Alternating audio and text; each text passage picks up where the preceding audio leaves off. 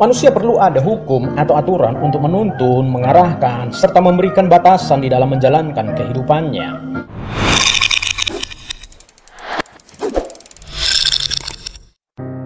Shalom sahabat pemenang. Manusia perlu ada hukum atau aturan untuk menuntun, mengarahkan, serta memberikan batasan di dalam menjalankan kehidupannya. Coba kita bayangkan seandainya tidak ada hukum. Pertama, manusia atau masing-masing orang akan melakukan apa saja semaunya sendiri. Tidak peduli apakah tindakannya mengganggu atau menyakiti orang lain, apa tidak. Kedua, yang kuat akan menindas yang lemah. Muncullah istilah yang dikemukakan oleh Plautus, Homo homini lupus, artinya manusia adalah serigala bagi manusia yang lain. Sesama manusia akan saling menindas, memangsa, dan membunuh. Manusia tidak punya nilai, nilainya sama dengan nilai binatang. Walaupun Tuhan sudah memberi hukum kodrati di dalam hati manusia, yaitu suara hati atau hati nurani, manusia tetap masih serigala bagi sesamanya. Inilah kengerian dosa itu. Ketiga, manusia dan dunia akan kacau balau dan berantakan. Tuhan waktu menciptakan dunia dan jagat raya sudah membuat aturan sehingga galaksi tidak bertabrakan satu dengan yang lain. Tuhan sudah mengatur putaran waktu agar berjalan dengan baik, teratur dan konsisten. Tuhan sudah membuat aturan agar manusia bisa hidup berdampingan, tetapi dosa membuatnya menjadi rusak dan berantakan. Manusia memerlukan hukum, tetapi manusia pada hakikatnya tidak menyukai hukum.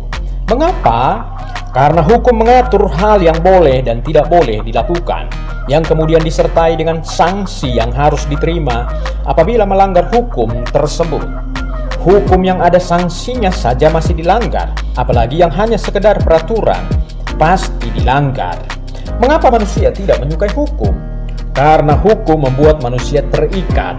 Manusia pada dasarnya ingin bebas dan tidak mau diatur. Lebih baik mengatur daripada diatur. Mengapa hukum perlu dan harus dijalankan? Pertama, supaya kita hidup tertib dan teratur. Hukum kedua setelah hukum kodrati yang diberikan Tuhan pada manusia, khususnya pada orang Israel, adalah hukum Taurat. Hukum Taurat adalah hukum dasar yang berisi 10 titah yang mengatur mengenai agama dan moral, yang mengatur hubungan dengan Allah dan sesama. Hukum pertama sampai keempat mengatur hubungan manusia dengan Allah. Hukum kelima sampai 10 mengatur hubungan manusia dengan sesamanya. Hukum Taurat ini diberikan Allah pada bangsa Israel agar mereka hidup eksklusif atau berbeda dengan bangsa-bangsa yang lain. Berkat 10 hukum Taurat ini, bangsa Israel menjadi bangsa istimewa di antara bangsa-bangsa yang lain. Dalam kehidupan sehari-hari bangsa Israel berpedoman pada 10 hukum Taurat ini. Sejarah membuktikan Israel menjadi bangsa yang unggul dalam banyak hal ketimbang bangsa-bangsa yang lain. Aplikasinya, kalau kita taat menjalankan hukum Tuhan atau firman Tuhan, maka kita akan berbeda dengan orang yang lain. Kita menjadi spesial di mata Tuhan dan kita akan diberkati. Kedua, supaya kita bisa mencapai rencana dan kehendak Tuhan. Hukum Taurat diberikan kepada bangsa Israel agar supaya mereka bisa mencapai rencana Allah, yaitu menjadi kerajaan imam dan menjadi bangsa yang kudus. Hukum atau aturan dibuat agar bisa mencapai tujuan. Kita akan merasa berat melakukan hukum atau aturan kalau kita tidak hidup di dalam hukum Kristus, yaitu hukum kasih.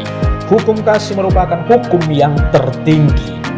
Kita akan merasa ringan melakukannya kalau kita mengasihi Allah dengan segenap hati, jiwa, dan akal budi. Motivasi atau dorongan kita melayani Tuhan adalah karena kasih, bukan karena takut ada sanksinya atau takut kepada orang. Kalau sampai kita mengalaminya, ini adalah Taurat. Ketiga, supaya keadilan ditegakkan, yang melanggar aturan harus dihukum. Supaya keadilan berjalan, yang bersalah patut diberi sanksi. Kejahatan besar disanksi dengan hukuman berat, dan kalau kesalahannya kecil, dihukum ringan sesuai dengan kesalahannya. Sahabat pemenang, hiduplah di dalam hukum kasih, karena itulah hukum yang tertinggi. Tuhan Yesus memberkati.